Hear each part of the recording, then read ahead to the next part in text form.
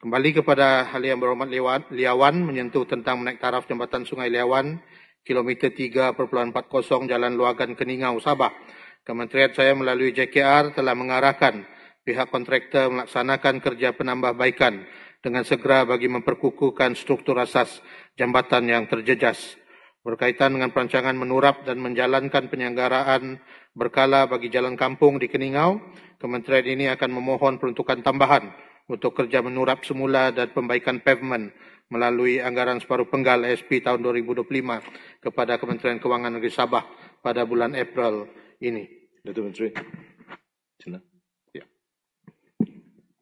Saya ingin tahu tentang jambatan itu, sebab saya sudah sebut dalam ucapan saya bahawa jambatan itu apabila saya berjumpa dengan District Engineer, sepatutnya jambatan itu siap pada bulan Mei. Tapi sudah sekarang tertangguh, dia cakap mungkin bulan Ogos akan siap.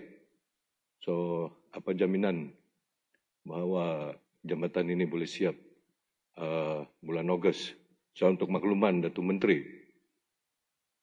jambatan ini is an alternative road. Orang pakai jambatan ini is an alternative road. Sekarang jambatan ini rosak. Belum siap. Dan jambatan di Tuarit, Kampung Tuarit Taut pun rosak. So this is the cause of the the traffic is getting worse. So saya minta penjelasan. Saya rasa bagi pihak bukan kawasan saya, di jambatan di Tuarit Liawan itu, di Tuarit, Kampung Tuarit, dan saya rasa secepat mana yang kita boleh perbaiki jalan itu, dan I need assurance, bolehkah kita siapkan jambatan di Luagan, Jalan Luagan itu pada bulan Ogos. Thank you. Terima kasih, Menteri.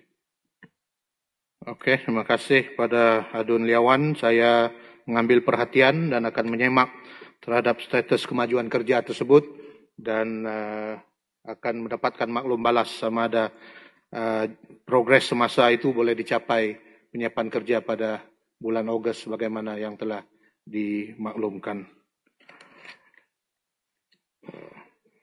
Okey, saya teruskan. Bagi perancangan menurap jalan di Jalan Gauluan Batu 27 dan Jalan Sigapon, jalan yang dimaksudkan adalah Jalan Banjar Kampung Maninipir, Jalan Patikang Tengah dan Jalan Lama Tenem. Status masa jalan yang dimaksudkan adalah jalan gravel. Jalan yang sebelum ini dikawal selia oleh JKR Keningau akan dimasukkan ke dalam kontrak penyelenggaraan.